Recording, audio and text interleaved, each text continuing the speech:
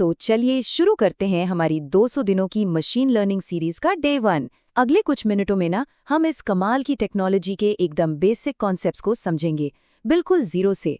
तो देर किस बात की, चलिए शुरू करते हैं। 3, 2, 1। सोचिए, सबसे बड़ा सवाल यही है, क्या एक मशीन बिल्कुल इंसानों की तरह अपने एक्सपीरियंस से सीख सकती है?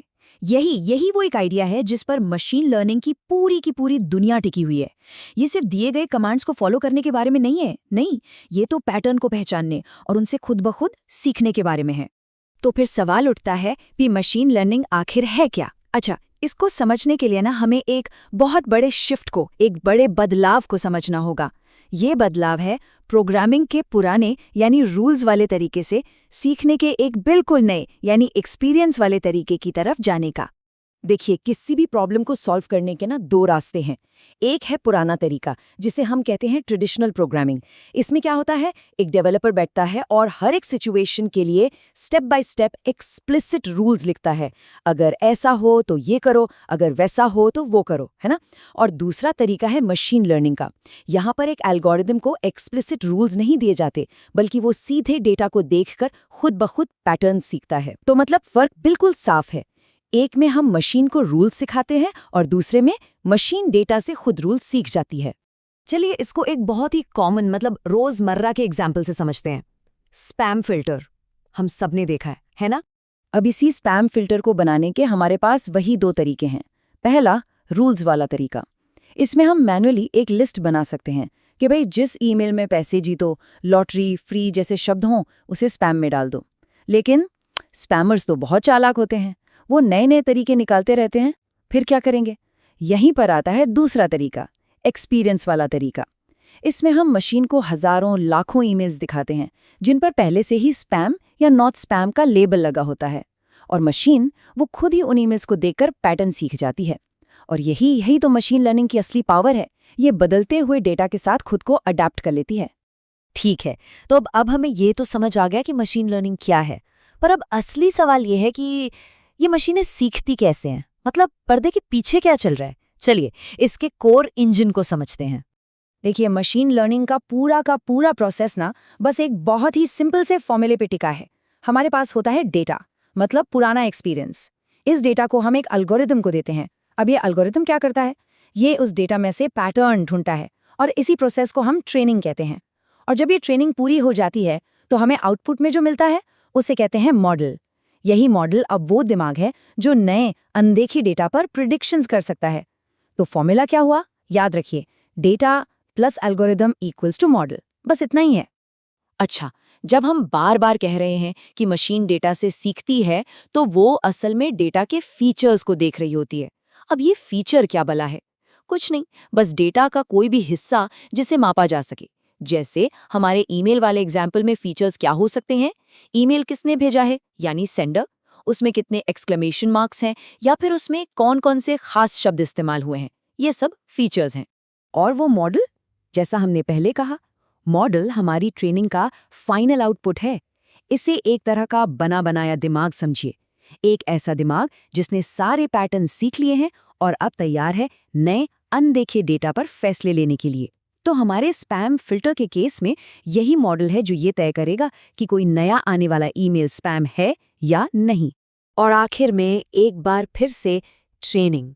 ये वो प्रोसेस है, वो सीखने का फेज है जहां एल्गोरिदम डेटा के अंदर छुपे हुए पैटर्न को ढूंढता है। हमारा मॉडल इसी फेज में अपने काम को करना सीखता है। और एक बात बिल्कुल साफ है, जितना ज्यादा और जितना अच्छा डेटा होगा ना, ट्रेनिंग भी उतनी ही शानदार होगी। तो देखिए, मशीन लर्निंग कोई मैजिक नहीं है, कोई जादू की छड़ी नहीं है। ये एक प्रॉपर वेल डिफाइंड प्रोसेस है। तो चलिए इसके 7 स्टेप लाइफ साइकिल पर एक नज़र डालते हैं। इसे किसी भी एमएल प्रोजेक्ट का एक प्रैक्टिकल ब्लूप्रिंट या रोड मैप समझ सकते हैं। हाँ, एक बात समझना बहुत जरूरी है, मशीन लर्निंग कोई एक बार का काम नहीं है कि किया और खत्म। नहीं, ये एक स्ट्रक्चर्ड, साइक्लिकल यानी बार बार चलने वाला प्रोसेस है, बिल्कुल इस सीढ़ी की तरह जिसमें हम एक के बाद एक कदम ऊपर चढ़ते हैं। तो ये है वो 7 कदम। सबसे पहले स्टेप 1, डेटा इकट्ठा करना। भाई कुछ बनाने के लिए कच्चा माल तो चाहिए ना, बस वही है ये। फिर स्टेप 2, डेटा को तैयार करना, मतलब उस कच्चे माल को साफ सुथरा और इस्तेमाल के लायक बनाना। इसके बाद आता है स्टेप 3, सही मॉडल चुनना। हर काम के लिए एक सही टूल होता है, बस वही यहाँ करना है। फिर आता है सबसे जरूरी हिस्सा, स्टेप 4, मॉडल को ट्रेन करना। यहीं पर असली लर्निंग होती है। ट्रेनिंग के बाद स्टेप 5, मॉडल को इवैल्यूएट करना, मतलब ये जांचना कि उसने कितना अच्छा सीखा है, मार्क्स कितने आए। फिर स्टेप 6, हाइपर पैरामीटर ट्यूनिंग। ये समझिए कि मॉडल की सेटिंग्स को और बेहतर बनाना ताकि परफॉर्मेंस बढ़ जाए। और आखिर में स्टेप 7, प्रिडिक्शन। अब हमारा मॉडल तैयार है असली दुनिया में काम करने के लिए। अच्छा, मशीन लर्निंग में सीखने का एक और बड़ा मजेदार पहलू है। सोचिए, क्या मशीन एक टीचर की मदद से सीख रही है जिसके पास पहले से सारे सवालों के जवाब मौजूद हैं? अगर हाँ, तो इसे कहते हैं सुपरवाइज्ड लर्निंग।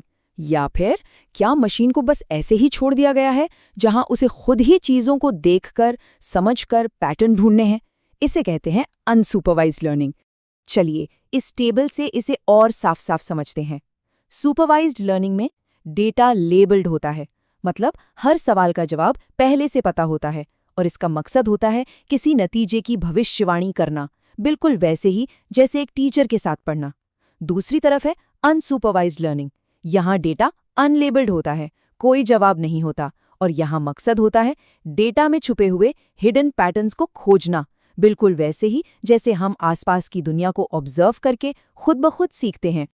तो चलिए, आज हमने जो कुछ भी समझा उसकी सबसे जरूरी बातें क्या हैं, फटाफट से एक क्विक रीकैप करते हैं ताकि ये कॉन्सेप्ट्स दिमाग में एकदम पक्के हो जाए।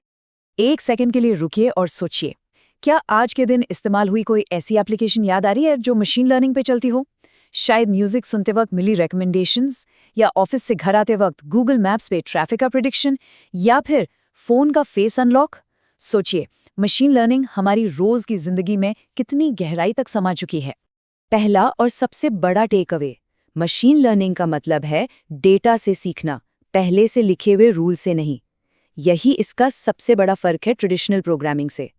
दूसरी बात, इसका इंजन बिल्कुल सिंपल है। पुराना डेटा प्लस एक एल्गोरिथम इज इक्वल टू एक प्रिडिक्टिव मॉडल। ये छोटा सा फॉर्मूला ही मशीन लर्निंग का दिल है, इसकी जान है।